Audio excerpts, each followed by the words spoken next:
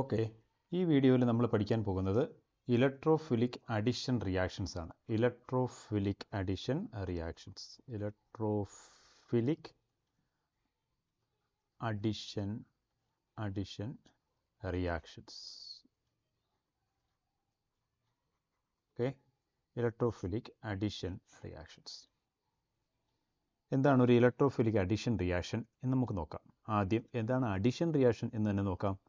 Four example, നമ്മൾ reaction പരിഗണിക്കുകയാണ്. CH2 double bond CH2 ethylene എന്ന് പറയുന്ന മോളിക്യൂൾ അല്ലേ. ഇതൊരു ഡബിൾ ബോണ്ട് ഉള്ള ഒരു ഓർഗാനിക് മോളിക്യൂളാണ്.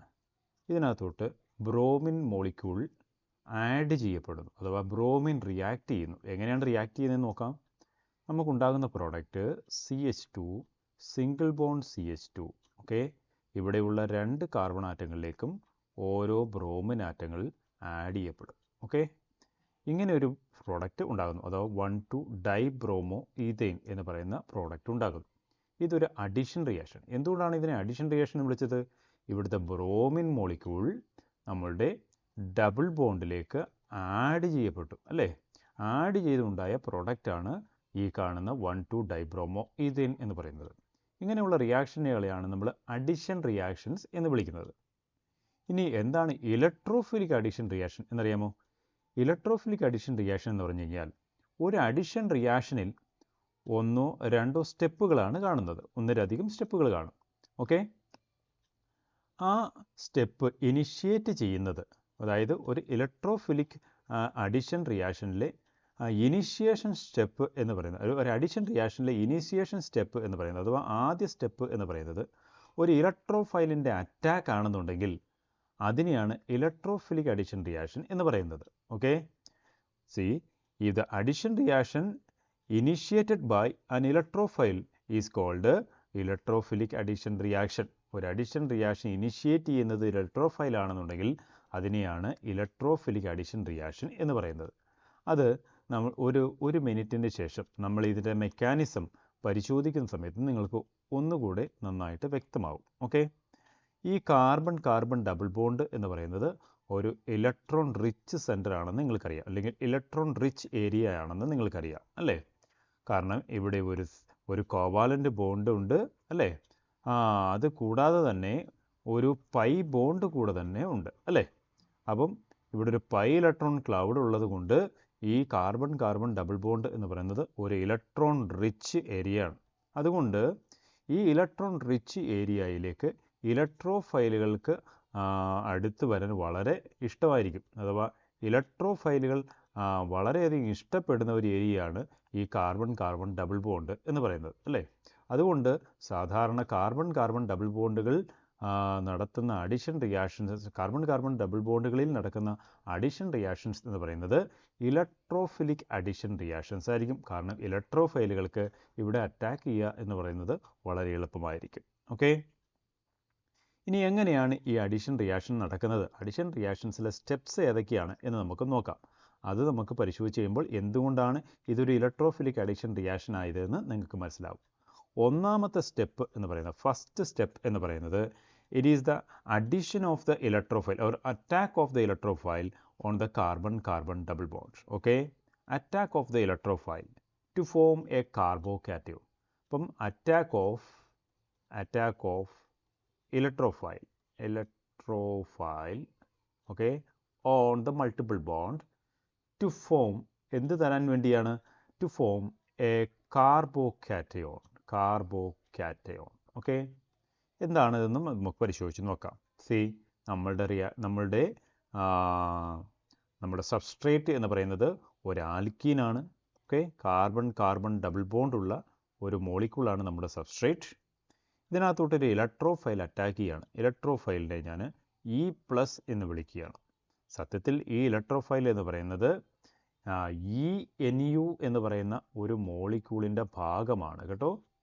ഈ ENU എന്ന് പറയുന്ന മോളിക്യൂളിൽ അതിൻ്റെ E എന്ന് പറയുന്ന പാർട്ടിന് പോസിറ്റീവ് ചാർജും NU എന്ന് പറയുന്ന പാർട്ടിന് നെഗറ്റീവ് ചാർജുമാണുള്ളത്.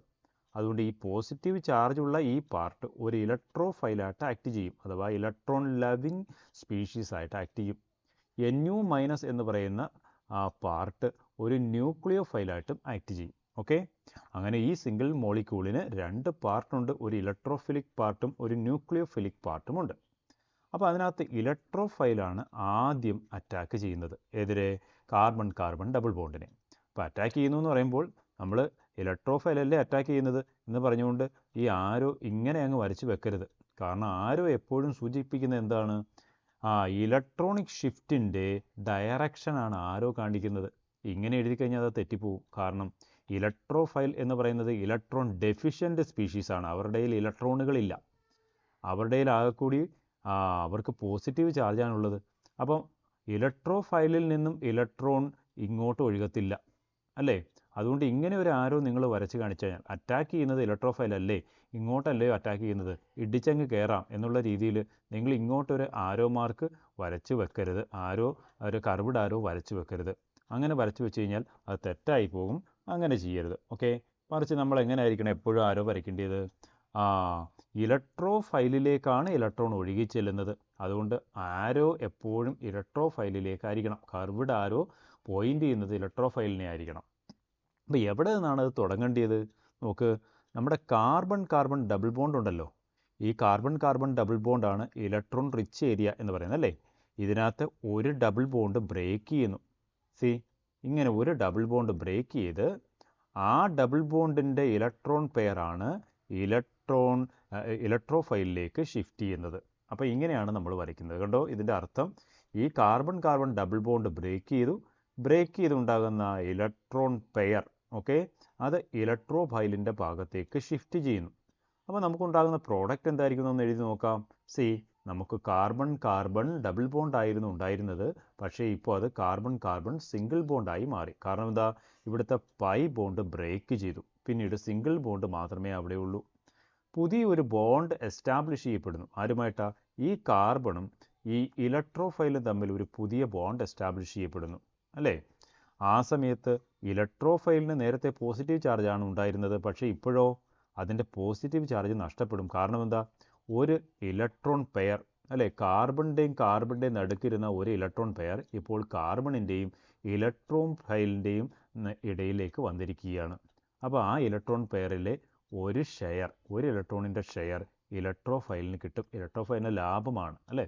അപ്പോൾ ഒരു ഷെയർ ഇലക്ട്രോഫൈലിന് കിട്ടുമ്പോൾ അതിൻ്റെ പോസിറ്റീവ് ചാർജ് നഷ്ടപ്പെടും. പോസിറ്റീവ് ചാർജുള്ള ഇലക്ട്രോഫൈലിലേക്ക് ഒരു ഇലക്ട്രോൺ വന്നു കഴിഞ്ഞാൽ അത് ന്യൂട്രലായി മാറും, അല്ലേ? പക്ഷേ ഇവിടുത്തെ കാർബണിനോ, ഈ കാർബണിന്, അതായത് മുകളിലിരിക്കുന്ന കാർബണിന് എന്താണ് സംഭവിക്കുന്നത്? ഈ കാർബണിന് ഒരു പോസിറ്റീവ് ചാർജ് കിട്ടും. എന്തുകൊണ്ടാണ് അതിന് പോസിറ്റീവ് ചാർജ് കിട്ടുന്നത്? ഈ മുകളിലുള്ള കാർബണും ഈ താഴെയുള്ള കാർബണും തമ്മിൽ ഒരു ഇലക്ട്രോൺ പെയറിനെ ഷെയർ ചെയ്തുകൊണ്ടിരിക്കുകയായിരുന്നു, അല്ലേ? അവിടുത്തെ പൈ ബോണ്ട് എന്ന് പറയുന്നത് ഈ രണ്ട് കാർബൺ ആറ്റങ്ങളും തമ്മിലായിരുന്നു. അപ്പം അതിലെ ആ ഇലക്ട്രോൺ പെയറിലെ ഒരു ഇലക്ട്രോണിൻ്റെ ഷെയർ ഈ മുകളിലത്തെ കാർബണിനായിരുന്നു. ഇപ്പോൾ ആ ഇലക്ട്രോൺ അവിടെ ഉണ്ടോ? ഇല്ല. ആ ഇലക്ട്രോൺ പൂർണ്ണമായും ഒഴുകി കാർബണിൻ്റെയും ഈ താഴത്തെ കാർബണിൻ്റെയും ഇലക്ട്രോഫൈലിൻ്റെയും മധ്യത്തിലേക്ക് വന്നു. അതുകൊണ്ട് മുകളിലുള്ള കാർബണിന് ഒരു ഇലക്ട്രോണിൻ്റെ നഷ്ടമുണ്ടായി. അപ്പം ഒരു ഇലക്ട്രോണിൻ്റെ നഷ്ടമുണ്ടായതുകൊണ്ട് അതിന് പോസിറ്റീവ് ചാർജാണുള്ളത്. എന്നാൽ താഴെയുള്ള കാർബണിന് ലാഭവും നഷ്ടവും ഇല്ല. അതിനാകൂടി എന്താണ്? നേരത്തെ ഈ കാർബണിന് ഇലക്ട്രോൺ പെയറിനെ ഷെയർ ചെയ്തുകൊണ്ടിരുന്നത് മറ്റേ മുകളിലത്തെ കാർബണുമായിട്ടാണ്. ഇപ്പം ആ ഇലക്ട്രോൺ പെയറിനെ എടുത്ത് ഇലക്ട്രോഫൈലുമായിട്ട് ഷെയർ ചെയ്യുന്നു. അത്രയേ ഉള്ളൂ. പ്രത്യേകിച്ച് ലാഭനഷ്ടങ്ങളൊന്നുമില്ല. അതുകൊണ്ട് താഴത്തെ കാർബണിൽ പ്രത്യേകിച്ച് ചാർജുകളൊന്നും രൂപപ്പെടുന്നില്ല. അപ്പോൾ നിങ്ങൾ നോക്കുക, നേരത്തെ ഇലക്ട്രോഫൈലിൽ ഉണ്ടായിരുന്ന പോസിറ്റീവ് ചാർജ് ഇപ്പോൾ എങ്ങോട്ടാണ് വന്നിരിക്കുന്നത്? ഇലക്ട്രോഫൈലിൽ ഉണ്ടായിരുന്ന പോസിറ്റീവ് ചാർജ്, ഇലക്ട്രോഫൈലിലെ പോസിറ്റീവ് ചാർജ് ഇപ്പോൾ ഈ കാർബണിലേക്ക് വന്നിരിക്കുകയാണ്, അല്ലേ? അതാണ് ഇവിടെ സംഭവിച്ചിരിക്കുന്നത്. ഇതാണ് ഫസ്റ്റ് സ്റ്റെപ്പ്. ഈ സ്റ്റെപ്പ് ഒരു സ്ലോ സ്റ്റെപ്പാണ്. ഓക്കെ, സ്ലോ സ്റ്റെപ്പ് ആവാനുള്ള കാരണം നിങ്ങൾക്ക് ഊഹിക്കാവുന്നതേ ഉള്ളൂ. നേരത്തെ ഇതൊരു ന്യൂട്രൽ സ്പീഷീസ് ആയിരുന്നു. ഈ ആൽക്കീൻ എന്ന് പറയുന്നത് അത്യാവശ്യം സ്റ്റെബിലിറ്റി ഉള്ളൊരു ന്യൂട്രൽ സ്പീഷീസാണ്. ആ ന്യൂട്രൽ സ്പീഷീസ് ഇപ്പോൾ ഒരു കാർബോ കാറ്റയോൺ ആയിട്ട് മാറിയിരിക്കുകയാണ്. ഇതൊരു കാർബോ കാറ്റയോൺ ആണ്. കാർബോ കാറ്റയോൺ, അല്ലേ? ഒരു ചാർജ്ഡ് സ്പീഷീസായി മാറിയിരിക്കുകയാണ്. ഒരു ന്യൂട്രൽ സ്പീഷീസ് ഒരു ചാർജ്ഡ് സ്പീഷീസായിട്ട് മാറുന്നു. അതൊട്ടും സുഖകരമായിട്ടുള്ള പരിപാടിയല്ല. അപ്പം അത് അത്ര വേഗത്തിൽ നടക്കുന്ന പരിപാടിയൊന്നുമല്ല, അല്ലേ? അപ്പോൾ സാഹചര്യങ്ങളുടെ സമ്മർദ്ദം മൂലം ഈ ആൽക്കീൻ റിയാക്ഷന് വിധേയമായെന്നേ ഉള്ളൂ. ഈ ഇലക്ട്രോഫൈലിൻ്റെ സമ്മർദ്ദം, ഇലക്ട്രോഫൈലിൻ്റെ പ്രസൻസ് മൂലമാണ് ഈ റിയാക്ഷന് വിധേയമായത്. അത് അത്ര നല്ല കാര്യമൊന്നുമല്ല, അല്ലേ? അതായത് ഒരു ന്യൂട്രൽ സ്പീഷീസ് ഒരു ചാർജ്ഡ് സ്പീഷീസ് ആയിട്ട് മാറിയിരിക്കുകയാണ്. ആ റിയാക്ഷൻ എന്ന് പറയുന്നത് ഒരു സ്ലോ സ്റ്റെപ്പ് ആയിരിക്കും. ഇതാണ് ഫസ്റ്റ് സ്റ്റെപ്പ് എന്ന് പറയുന്നത്. ഇനി രണ്ടാമത്തെ സ്റ്റെപ്പ് എന്താണെന്ന് നമുക്ക് പരിശോധിച്ച് നോക്കാം. രണ്ടാമത്തെ സ്റ്റെപ്പിൽ ഈ ഉണ്ടായ കാർബോകാറ്റയോൺ ഉണ്ടല്ലോ, ഈ കാർബോകാറ്റയോണിനെ അതെ ഇവിടെ ഉണ്ടായിരുന്ന ന്യൂക്ലിയോഫൈൽ, ഇലക്ട്രോഫൈൽ അങ്ങ് മാറിപ്പോയതിനു ശേഷം ഉണ്ടായിരുന്ന ഭാഗം എന്താണ്? നെഗറ്റീവ്ലി ചാർജ്ഡ് ആണ്. അത് ന്യൂക്ലിയോഫൈലാണ്. ആ ന്യൂക്ലിയോഫൈൽ ഇവിടുത്തെ കാർബോകാറ്റയോണിനെ അറ്റാക്ക് ചെയ്യും. നമുക്ക് എഴുതി നോക്കാം. C carbon, single bond carbon അല്ലേ, ഇലക്ട്രോഫൈൽ ഇ പ്ലസ്, ഈ കാർബണിൽ ഒരു പോസിറ്റീവ് ചാർജ് ഉണ്ട്. ഇതിനകത്തോട്ട് ന്യൂക്ലിയോഫൈൽ വന്ന് അറ്റാക്ക് ചെയ്യും. NU മൈനസ് ആണ് ഇവിടുത്തെ ന്യൂക്ലിയോഫൈൽ അല്ലേ. ഈ ന്യൂക്ലിയോഫൈൽ ഇവിടെ വന്ന് അറ്റാക്ക് ചെയ്യും, ഈ കാർബണിൽ അറ്റാക്ക് ചെയ്യും. കാരണം എന്താ? ഇതിന് പോസിറ്റീവ് ചാർജാണ് ഈ കാർബൺ ആറ്റത്തിന്, ഇതിന് നെഗറ്റീവ് ചാർജാണ്. നെഗറ്റീവ് ചാർജുള്ള സ്പീഷീസ് പോസിറ്റീവ് ചാർജുള്ള കാർബൺ ആറ്റത്തെ അറ്റാക്ക് ചെയ്യും. That is very obvious reaction. അതിനുശേഷം എന്തായിരിക്കും നമുക്ക് കിട്ടുന്നത്? C carbon, single bond carbon അല്ലേ. ഈ കാർബണിൽ ഓൾറെഡി ഒരു ഇലക്ട്രോഫൈൽ ഉണ്ട്. ഇലക്ട്രോഫൈൽ ഓൾറെഡി ബൈൻഡ് ചെയ്തിരിപ്പുണ്ട്. ഇവിടെയാണെന്നുണ്ടെങ്കിൽ പുതിയൊരു ബോണ്ട് എസ്റ്റാബ്ലിഷ് ചെയ്യുന്നു, ഒരു ന്യൂക്ലിയോഫൈൽ അല്ലേ. ന്യൂക്ലിയോഫൈലുമായിട്ടൊരു പുതിയൊരു ബോണ്ട് എസ്റ്റാബ്ലിഷ് ചെയ്യുന്നു. ഇതാണ് നമ്മളുടെ ഫൈനൽ പ്രോഡക്റ്റ് എന്ന് പറയുന്നത് അല്ലേ. അപ്പോൾ ഈ റിയാക്ഷൻ മൊത്തത്തിൽ ഈ റിയാക്ഷൻ എഴുതി കഴിഞ്ഞാൽ നമുക്ക് എങ്ങനെ എഴുതാൻ നോക്കും? ഈ മൊത്തത്തിൽ ഈ റിയാക്ഷൻ എഴുതുകയാണെന്നുണ്ടെങ്കിൽ നമുക്ക് ഏതാണ്ട് ഈ രീതിയിൽ എഴുതി കാണിക്കാം. ഇതായിരുന്നു നമ്മുടെ reaction. Carbon carbon double bond അല്ലേ. ഈ ഒരു കാർബൺ കാർബൺ ഡബിൾ ബോണ്ട് എന്തുമായിട്ട് റിയാക്ട് ചെയ്തു? ഈ NUവുമായിട്ട് റിയാക്ട് ചെയ്തു അല്ലേ. ഈ NUവുമായിട്ട് റിയാക്ട് ചെയ്തതിന് ശേഷം നമുക്ക് കിട്ടിയത് എന്താണ്? കാർബൺ കാർബൺ സിംഗിൾ ബോണ്ട് അല്ലേ.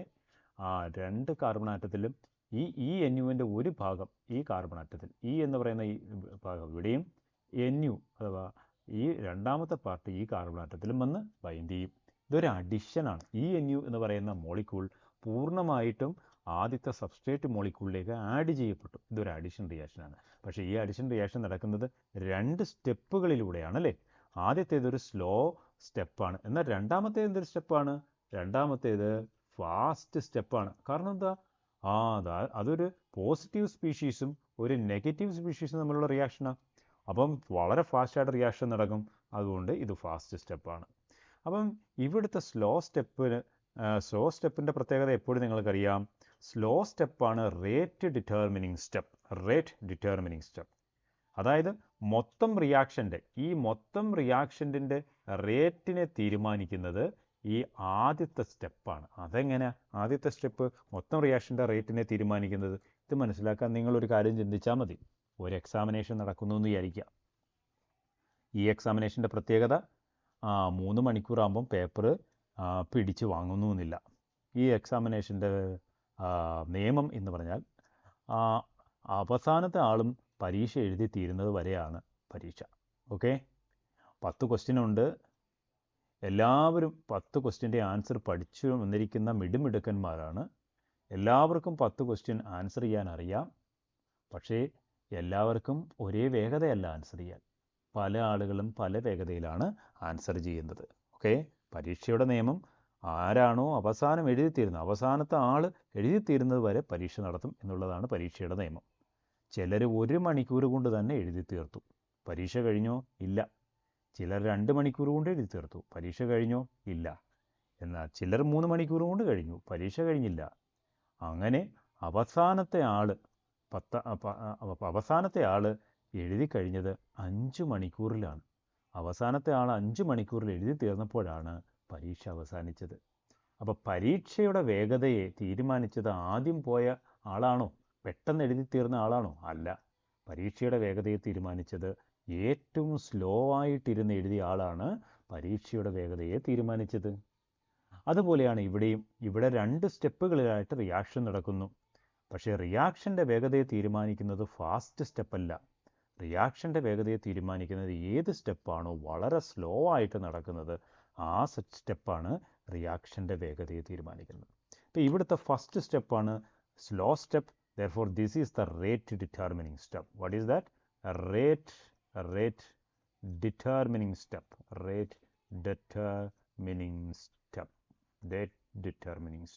Okay?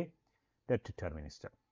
അപ്പോൾ ഈ റേറ്റ് ഡിറ്റർമിനിങ് സ്റ്റെപ്പാണ് ഇവിടുത്തെ ഇനീഷ്യേഷൻ സ്റ്റെപ്പ് അഥവാ ആരംഭിക്കുന്ന സ്റ്റെപ്പ്. ഈ റേറ്റ് ഡിറ്റർമിനിങ് സ്റ്റെപ്പാണ്. ആ ഇനീഷ്യേഷൻ സ്റ്റെപ്പിൽ എന്താണ് സംഭവിക്കുന്നത്? ഒരു ഇലക്ട്രോഫിലിക് അറ്റാക്ക് ആണ് അല്ലേ? പക്ഷേ ന്യൂക്ലിയോഫിലിക് അറ്റാക്ക് സംഭവിക്കുന്നത് രണ്ടാമത്തെ സ്റ്റെപ്പിലാണ്. ഇനീഷ്യേഷൻ സ്റ്റെപ്പിൽ സംഭവിക്കുന്ന ഇലക്ട്രോഫിലിക് അറ്റാക്കാണ്. ഞാൻ തുടക്കത്തിലേ പറഞ്ഞു, an addition reaction initiated by an electrophile is called electrophilic addition reaction. അപ്പോൾ ഈ അഡിഷൻ റിയാക്ഷനെ ഇലക്ട്രോഫൈൽ ഇനിഷ്യേറ്റ് ചെയ്യുന്നത് കൊണ്ട് നമുക്ക് എന്ത് വിളിക്കാം? ഈ റിയാക്ഷനെ ഇലക്ട്രോഫിലിക് അഡിഷൻ റിയാക്ഷൻ എന്ന് വിളിക്കാം. Electrophilic addition reaction. അപ്പം നിങ്ങൾക്ക് മനസ്സിലായി കാണും എന്താണ് ഇലക്ട്രോഫിലിക് അഡിഷൻ റിയാക്ഷൻ എന്നുള്ളത്. ഓക്കെ, ഇനി നമ്മൾ അടുത്തതായിട്ട് ചെയ്യാൻ പോകുന്നത് എന്താണെന്ന് ചോദിച്ചു കഴിഞ്ഞാൽ ഒരു ഇലക്ട്രോഫിലിക് അഡിഷൻ പരിഗണിക്കുകയാണ്. ഇവിടുത്തെ ഇലക്ട്രോഫിലിക് അഡിഷൻ റിയാക്ഷൻ എന്ന് പറയുന്നത് CH2 double bond CH2, okay, ethylene എന്ന് പറയുന്ന മോളിക്യൂൾ. ഈ മോളിക്യൂളിലേക്ക് ബ്രോമിൻ മോളിക്യൂൾ ഓക്കെ ആഡ് ചെയ്യപ്പെടുന്നു. ഓക്കെ, അങ്ങനെ ആഡ് ചെയ്യപ്പെട്ട് നമുക്ക് കിട്ടുന്ന പ്രോഡക്റ്റ് CH2 Br. ഓക്കെ, ഇതൊരു അഡിഷൻ റിയാക്ഷനാണ്. ഇത് ഫോളോ ചെയ്യുന്നത് ഇലക്ട്രോഫിലിക് അഡിഷൻ മെക്കാനിസമാണ്. എങ്ങനെയാണ് ഇത് ഇലക്ട്രോഫിലിക് അഡിഷൻ മെക്കാനിസം ഫോളോ ചെയ്യുന്നത് എന്നുള്ളത് ഞാൻ അടുത്ത വീഡിയോയിൽ പറയാം. ഓക്കെ, അപ്പം നിങ്ങൾക്ക് എന്തെങ്കിലും സംശയങ്ങളുണ്ടെങ്കിൽ ചോദിക്കാൻ മടിക്കരുത്. അടുത്ത വീഡിയോയിൽ ഇതിൻ്റെ മെക്കാനിസം നമ്മൾ ഡിസ്കസ് ചെയ്യുന്നതായിരിക്കും. Okay, thank you.